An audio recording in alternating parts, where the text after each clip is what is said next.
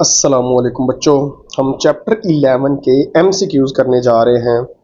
तो स्टार्ट करते हैं। सबसे पहला जो MCQs है हमारे पास, which method heat transfer required direct contact. बेटे तीन मेथड्स हमने पढ़े हैं, कन्वेक्शन, रेडिएशन, कंडक्शन। ये तीन मेथड है, नीचे वाला तो ऐसे है। इन तीन में से डायरेक्ट कांटेक्ट कब होता है? तो डायरेक्ट कांटेक्ट बच्चों होता है कंडक्शन। कंडक्शन में अगर डायरेक्ट कांटेक्ट नहीं होगा तो हीट ट्रांसफर नहीं होगी। जैसे कुकर है, उसमें आप सालन वगैरह डालते हो, तो वो जो चीज़ गर्म कर रहे हो कुकर में, वो डायरेक्ट कांटेक्ट है इस मेटल के साथ, तभी ये हीट अप हो रहा है, तभी हीट ट्रांसफर हो रही है। तो ये जो डायरेक्ट कांटेक्ट आता है, तो इसका जो बेस्ट ऑप्शन है वो है कंडक्शन। ओके, बाकी कन्वेक्शन में डायरेक्ट नहीं होती और एक्चुअल मूवमेंट ऑफ मॉलिक्यूल्स होती है, और रेडिएशन में भी इलेक्ट्रोमैग्नेटिक वेव्स के जरिए होती है। नेक्स्ट है, what cause convection currents in liquid and gases. यानी लिक्विड एंड गैसेस का मतलब फ्लूइड्स में कन्वेक्शन करंट किस वजह से पैदा होते हैं? तो पहली चीज है continuous movement of particle in all direction. All direction में नहीं होता।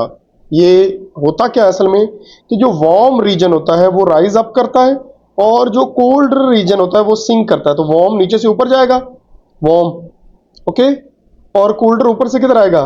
नीचे आएगा। ठीक है, तो इस तरह एयर करंट्स जारी रहेंगे, यानी नीचे से ऊपर जा रहे हैं और ऊपर से नीचे आ रहे हैं। इस तरह कंटिन्यूस मूवमेंट होती रहती है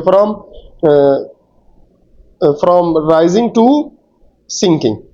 नेक्स्ट है बच्चों, the natural phenomena caused by the convection current is. Convection current की वजह से अर्थक्वेक नहीं आते, लैंड ब्रीज और सी ब्रीज होती है, हवाएं चलती हैं, मैग्नेटिक फील्ड, सोलर एलिप्स, ये कुछ भी नहीं। तो बेस्ट ऑप्शन है land breeze and sea breeze, ये कन्वेक्शन करंट की वजह से होता है।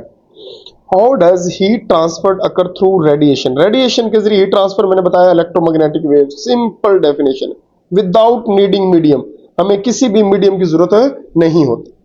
नेक्स्ट चलते हैं, the surface which absorb and अमिट मोस्ट रेडिएशन। अब्सॉर्ब भी करे और अमिट भी करे। तो स्मूथ सरफेस तो बिल्कुल भी नहीं होती, क्योंकि ये अब्सॉर्ब नहीं करती, डार्क करती है, रफ भी करती है। तो ये बेस्ट ऑप्शन है, डार्क सरफेस भी अब्सॉर्ब करती है और अमिट करती है, और रफ सरफेस भी करती है।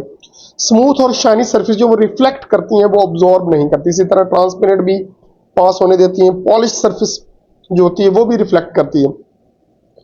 6 है, what is the role of green house effect in earth temperature regulation. तो बेटे ये अर्थ का टेम्परेचर मेंटेन रख के उसको स्टेबल टेम्परेचर बनाता है, हीट को ट्रैप करता है, और यहाँ पे लाइफ को पॉसिबल बनाता है।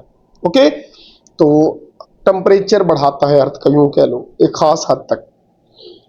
ओके, 11.7 है, the sun heat reach the earth. Sun से हीट अर्थ तक आती है through radiation via electromagnetic waves. ये सिंपल सा एमसीक्यूज है, आप लोगों ने याद रखना। तो ये बच्चे सारे एमसीक्यूज हो गए चैप्टर 11 के। मिलते हैं नेक्स्ट लेक्चर में शॉर्ट क्वेश्चन में, तब तक के लिए अल्लाह हाफिज।